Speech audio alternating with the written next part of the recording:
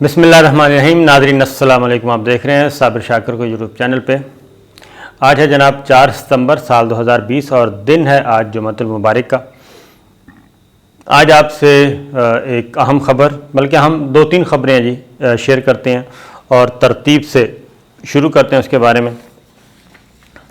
خبر ہے جناب عمران خان، وزیر اعظم عمران خان کیا کرنے والے ہیں، اور انہوں نے 2-3 باتیں کی ہیں بڑی دبنگ قسم کی۔ الجزیرہ کو انٹرویو دیا، عرب ٹیلی ویژن ہے، اور اس کو ایک انٹرویو دیا۔ اس کے بعد ایک ہے جناب عاصم سلیم باجوہ صاحب کا مسئلہ، سی پیک اتھارٹی کے چیئرمین، لیفٹیننٹ جنرل، سابق کور کمانڈر اور وزیر اعظم کے معاون خصوصی عاصم سلیم باجوہ۔ انہوں نے کچھ ڈیٹیلز بھی دیں، اور ڈیٹیلز دینے کے بعد انہوں نے وزیر اعظم کے معاون خصوصی کے عہدے سے مستعفی ہونے کا بھی اعلان کیا۔ یہ چیزیں آپ سے شیئر کرتے ہیں کہ آخر کیا وجہ بنی۔ پہلے عاصم سلیم باجوہ صاحب کو لے لیتے ہیں۔ عاصم سلیم باجوہ صاحب، آپ کو پتہ ہی ہے کہ میں نے پچھلی ایک ویڈیو میں آپ کو بتا دیا تھا کہ عاصم سلیم باجوہ کے ساتھ خاص طور پہ جو ہے ایک خاص میڈیا ہاؤس اور اس کے لوگ کیوں پیار کرتے ہیں اور بہت زیادہ ان کا لگاؤ ہے، اور اس کے بعد عاصم سلیم باجوہ کے بارے میں کیوں سیاسی جماعتیں بھی، مسلم لیگ نواز اور پیپلز پارٹی بیک وقت آ گئیں، اور جب ملاقات ہوئی پیپلز پارٹی مسلم لیگ نواز کی تو اس میں خاص طور پہ اس کا ذکر کیا، مریم بی بی نے بھی اس کا ذکر کیا عاصم سلیم باجوہ صاحب کا، اور پھر کیا وجہ بنی۔ تو صورتحال یہ ہے جناب کہ ایک تو انہوں نے وضاحت تو کر دی، میں نے آپ کو بتایا تھا کہ وہ خود وضاحت کریں گے، تو انہوں نے ایک وضاحت بھی کر دی، اور ساتھ ہی ساتھ وزیر اعظم کے معاون خصوصی کے عہدے سے مستعفی بھی ہو گئے۔ اب یہ بحث چل رہی ہے کہ جناب اگر انہوں نے الزامات پہ الزامات کی وجہ سے اگر انہوں نے عہدہ چھوڑا ہے تو پھر سی پیک اتھارٹی کا جو چیئرمین شپ رکھی ہوئی ہے وہ کیوں نہیں چھوڑی، اور اگر الزامات غلط تھے تو پھر وزیر اعظم کے معاون خصوصی کی حیثیت سے بھی کام جاری رکھنا چاہیے تھا۔ تو یہ میں آپ کو جو میری معلومات ہیں اس کے مطابق میں بتا دوں کہ ایک تو جو انہوں نے فیصلہ کیا ہے عہدہ چھوڑنے کا وزیر اعظم کے معاون خصوصی کے طور پہ، special assistant to prime minister, اس میں انہوں نے اپنے پیرنٹل ڈپارٹمنٹ یعنی کہ افواج پاکستان کے سینئر آفیشل سے انہوں نے مشاورت کی ہے، اور مشاورت کے بعد یہ فیصلہ کیا ہے، اور سوچ سمجھ کے، اور اس میں خاص طور پہ کچھ چیزیں میں آپ کو بتا دوں کہ کیا آ رہی تھیں۔ شبلی افراز صاحب وفاقی وزیر اطلاعات و نشریات ہیں جناب، اور عاصم سلیم باجوہ صاحب تھے اسی وزارت کے معاون خصوصی، تو 2 بھاری بھرکم شخصیات تھیں، تو یہ چیزیں ورکنگ ریلیشن شپ میں تھوڑا سا پرابلم آ رہا تھا، اور غلط فہمیاں پیدا ہونے کا خطرہ تھا۔ پھر ایک اور چیز چلی آ رہی تھی، الیکٹڈ اور نان الیکٹڈ کی بحث، اور سی پیک اتھارٹی کے چیئرمین کے طور پہ تو کام ٹھیک تھا، لیکن جب وزیر اعظم کے معاون خصوصی بنے، special assistant to prime minister اور کابینہ میں شامل ہوئے، تو اس میں پھر کیا کہنا چاہیے کہ اعتراضات اٹھے، اور پھر اس وقت اپوزیشن بھی اس بات کو بہت زیادہ ہائی لائٹ کر رہی ہے کہ جناب گورنمنٹ جو چلائی جا رہی ہے وہ نان الیکٹڈ لوگوں سے چلائی جا رہی ہے، غیر منتخب لوگوں سے چلائی جا رہی ہے، اور پاکستان تحریک انصاف کے اندر بھی یہ بہت ساری آوازیں اٹھ رہی ہیں۔ اور پھر یہ ہے کہ جناب جب آپ پولیٹیکل فیس بنتے ہیں تو پھر آپ پولیٹیکل فیس ہوتے ہیں تو پولیٹیکل فگر ہوتے ہیں، تو پھر اپوزیشن بھی آپ کو رگے دے گی اور میڈیا بھی آپ کو آڑے ہاتھوں لے گا۔ تو یہ وہ چیزیں تھیں، لہٰذا میری اطلاعات کے مطابق عاصم سلیم باجوہ صاحب کی یہ زیادہ وجہ بنی اور انہیں مستعفی ہونا پڑا، اور اب وہ سی پیک اتھارٹی کے طور پہ کام کریں گے، چیئرمین کے طور پہ، اور فی الوقت انہیں چیئرمین شپ والی سیٹ سے کوئی خطرہ نہیں ہے فی الوقت۔ مستقبل میں کیا ہوتا ہے یہ ابھی، کیونکہ انہوں نے اب ساری چیزیں ڈسکلوز کر دی ہیں، اور انہوں نے کہا کہ ہمارے پاس منی ٹریل بھی موجود ہے، تمام ڈیٹیلز موجود ہیں اور ہر پیسے کا حساب موجود ہے، وہ ساری چیزیں بتا دیں، اور جو بھی متعلقہ فورم ہوگا اس میں وہ پیش کر دیں گے۔ یہ ہو گیا۔ اب اس کے سائیڈ ایفیکٹ کیا ہوں گے؟ اس کے سائیڈ ایفیکٹ نہیں بلکہ آفٹر شاکس کس کس پہ ہو سکتے ہیں؟ کیونکہ افواج پاکستان کا تو ایک ہی ریٹائرڈ لیفٹیننٹ جنرل تھا جو کہ معاون خصوصی نان الیکٹڈ کی لسٹ میں آتا تھا، جبکہ سولین جو ہیں وہ بہت زیادہ ہیں، اور اب مستقبل میں جو مجھے لگ رہا ہے کہ جو نان الیکٹڈ معاون خصوصی ہیں یا ایڈوائزرز ہیں یا ادروائز ان کو کوئی درجہ دیا ہوا ہے، اسٹیٹس دیا ہوا ہے، تو ان کی طرف معاملہ بڑھے گا، اور اس میں ندیم بابر صاحب بھی آ سکتے ہیں، اس میں شہزاد قاسم صاحب بھی آ سکتے ہیں، اس میں باقی لوگ بھی آ سکتے ہیں، اس میں گل صاحب بھی آ سکتے ہیں۔ یہ چیزیں اب آہستہ آہستہ ادھر جائیں گی، کیونکہ اگلے 3 سال اس کی ریزن یہ ہے کہ مسلم لیگ نواز کا جو نیریٹو ہے وہ وہیں کا وہیں ہے، اور پیپلز پارٹی کے فرحت اللہ بابر صاحب نے جس طریقے سے عاصم باجوہ کے معاملے میں اپنا پوائنٹ آف ویو دیا پیپلز پارٹی کا، تو یہ بات بھی بہت اچھی طریقے سے سوچی گئی کہ جناب یہ باقاعدہ طور پہ ایک وہ جو سوچ ہے، وہ جو نیریٹو ہے کہ فوج کو بدنام کرنا، افواج پاکستان کو بدنام کرنا، جب بھی کوئی موقع ملے اس کو چھوڑنا نہیں ہے، تو یہ چیزیں چل رہی تھیں اور یہ سوچی گئیں، سمجھی گئیں۔ اور دوسری بات یہ ہے کہ عاصم سلیم باجوہ نے اپنا منی ٹریل بھی بتا دیا، اپنے ڈاکومنٹس بھی بتا دیے، وہ سب کچھ لے کے آ گئے، اور اس کا ایک اور بھی امپیکٹ پڑے گا جی۔ میں آپ کو بتا رہا ہوں کہ جسٹس قاضی فائز عیسیٰ صاحب کا معاملہ جو ہے وہ ابھی تک وہیں پہ ہے، اور یہ ایک اور نئی روایت قائم ہوئی ہے کہ الزامات لگیں تو اس کے جوابات دیے جائیں اور پیچھے نہ چھپا جائے۔ تو افواج پاکستان کی طرف سے یہ ایک واضح میسیج آیا، اور عاصم سلیم باجوہ صاحب نے وہ میسیج دے دیا کہ جناب یہ حسابات ہیں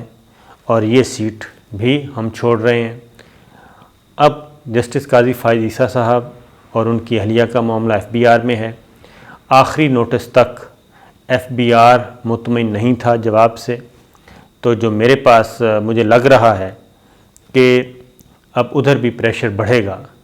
کہ یا تو آپ منی ٹریل دے دیں، کیونکہ منی ٹریل ابھی تک نہیں دی گئی، وہ کروڑوں روپے کی پراپرٹی ہے، ملینز پاؤنڈز کی پراپرٹی ہے، جبکہ منی ٹریل دی گئی ہے چند لاکھ کی۔ تو اس لیے یہ چیز بھی چل رہی ہے۔ تو آنے والے دنوں میں یہ عاصم سلیم باجوہ صاحب کا جو استعفیٰ ہے یہ بہت سارے لوگوں کے لیے وبال جان بن سکتا ہے، جو کہ نان الیکٹڈ ہیں یا پھر جن پر اعتراضات اٹھے ہوئے ہیں اور وہ جوابات نہیں دے پا رہے۔ تو ایک تو یہ خبر تھی۔ دوسرا، وزیر اعظم عمران خان نے الجزیرہ کو انٹرویو دیا ہے، اور آپ کو میں ایک بات بتا دوں کہ جب اس طرح کے انٹرویوز کیے جاتے ہیں تو کچھ ہدف ہوتے ہیں، کچھ اگلوایا جاتا ہے خاص طور پہ، اور یہ جو انٹرویوز خاص طور پہ غیر ملکی ذرائع ابلاغ اگر انٹرویو لے رہے ہیں اور خاص طور پہ پاکستان کے وزیر اعظم کا لے رہے ہیں، تو اس میں بڑے ٹارگیٹڈ کویشچن کیے جاتے ہیں، اور پتہ چلانے کے لیے کہ کھچڑی کیا پک رہی ہے اور پالیسیز کیا ہو سکتی ہیں۔ تو الجزیرہ کے اینکر پرسن نے ایک تو خاص طور پہ سعودی عرب کے بارے میں سوال کیا، دوسرا چائنا کے بارے میں سوال کیا، تیسرا اسرائیل کے بارے میں سوال کیا۔ تو وزیر اعظم عمران خان نے تینوں سوالوں کا جواب،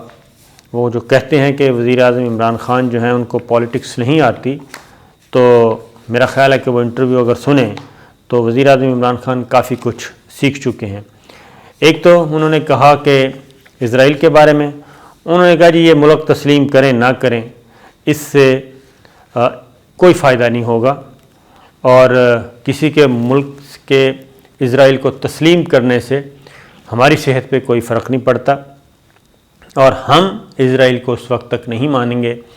جب تک کہ فلسطین کا مسئلہ حل نہیں ہو جاتا اور آزاد فلسطینی ریاست قائم نہیں ہو جاتی۔ یہ بات انہوں نے کیٹیگوریکلی کہہ دی، اور انہوں نے کہا کہ یہ اسرائیل کے اپنے مفاد میں ہے کہ اگر وہ چاہتا ہے تعلقات قائم کرنا اور اپنے آپ کو نارملائزیشن کی طرف لے کے جانا چاہتا ہے، تو پھر فلسطین کی ریاست کا قیام اس کے مفاد میں ہے۔ اس کے بعد سعودی عرب کے بارے میں انہوں نے کہہ دیا، کیونکہ یہ الجزیرہ جو ہے آپ کو پتہ ہے کہ سعودی عرب کے اینٹائی ٹیلی ویژن ہے اور قطر بیسڈ ہے، تو اس لیے سعودی عرب کے بارے میں بھی وزیر اعظم عمران خان نے کہا کہ جناب وہ ہمارا دوست ہے اور رہے گا۔ اور پھر چائنا کے بارے میں انہوں نے بالکل کیٹیگوریکلی کہا کہ چائنا کے ساتھ ہماری جو ہے اٹھک بیٹھک ہے، جو اسٹریٹجک ریلیشنز ہیں، یہ مزید آگے بڑھیں گے۔ اس میں کسی کو فکر مند ہونے کی ضرورت نہیں ہے، اور اس میں کسی قسم کی کمزوری نہیں آئے گی۔ ماضی کی نسبت آج چائنا کے ساتھ ہمارے تعلقات بہت اچھے ہیں، اس میں کوئی چینج نہیں آنا۔ اور ساتھ ہی ساتھ انہوں نے یہ بھی سنا دیا کہ کسی اور ملک کو، اس کا مطلب یہ نہیں ہے کہ امریکہ، اب انہوں نے کہا کہ جی ہمیں ڈکٹیشن ہم نہیں لیں گے، وہ یہ کنوے کر رہے تھے، یہ نہیں ہو سکتا کہ ہم کسی ایک بلاک میں ہمیں ایک ٹوکری میں ڈال دیں، ایک ڈربے میں بند کر دیں پاکستان کی خارجہ پالیسی کو، اور اس کے بعد آرام سے ہمیں بلیک میل کریں۔ تو انہوں نے واضح طور پہ کہا، انہوں نے کہا جی کہ اب چائنا، یہ کوشچن ہی غلط ہے کہ آپ چائنا کے بلاک میں یا امریکہ کے بلاک میں ہیں۔ انہوں نے کہا جی ہم صرف اور صرف پاکستان کا مفاد سوچیں گے، پاکستان کا مفاد سوچ رہے ہیں، جتنے بھی فیصلے کیے جائیں گے خارجہ پالیسی کے معاملے میں، اس میں پاکستان کے مفاد کو ہم ترجیح دیں گے اور دے رہے ہیں۔ تو یہ تینوں چیزیں جناب، ایک تو انہوں نے امریکن بلاک کا جو ایک کوشچن آیا تھا، اس کی ریزن یہ ہے کہ سعودی عرب، قطر، ان کے پیچھے جو فورسز ہیں وہ تو آپ کو پتہ ہی ہے، واشنگٹن ان کے پیچھے ہوتا ہے، اور یو اے ای، یہ سارا جو کچھ بھی عرب کنٹریز اور اسرائیل کا جو سیٹلمنٹ ہو رہی ہے۔ ایک بات، دوسری بات جناب، ایک اور چیز بھی آپ کو معلوم ہو گئی ہوگی کہ یہ جو اسرائیل کے عرب ممالک کے ساتھ تعلقات، یہ کوئی اب پتہ چلا کہ یو اے ای میں 2018 میں اسرائیل کے وزیر اعظم نے خفیہ دورہ کیا تھا اور ان سے ملاقات کی تھی، اور 2018 سے یہ سلسلہ شروع ہو چکا ہے۔